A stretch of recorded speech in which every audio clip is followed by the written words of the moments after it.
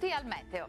L'alta pressione cede lievemente, ecco che sulle nostre regioni potrebbero innescarsi dei temporali, localmente anche di forte intensità. Vediamo la situazione nel dettaglio. Sul Veneto avremo bel tempo ovunque nella prima parte della giornata. Col passare delle ore non si escludono degli acquazzoni sui settori alpini in propagazione anche alle aree pianeggianti circostanti. Attenzione perché i fenomeni potrebbero risultare anche intensi e localmente accompagnati dalla grandine. Temperature minime tra 18 e 24 gradi, valori massimi sempre piuttosto caldi, oscillanti tra i 29 e i 32 gradi. Situazione simile anche sul Friuli Venezia Giulia, con ampio soleggiamento dappertutto al mattino e con qualche rovescio invece sui monti e localmente fin verso le pianure a partire dal pomeriggio.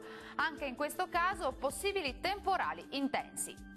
Temperature minime tra 22 e 24 gradi, massime oscillanti tra 30 e 32 gradi.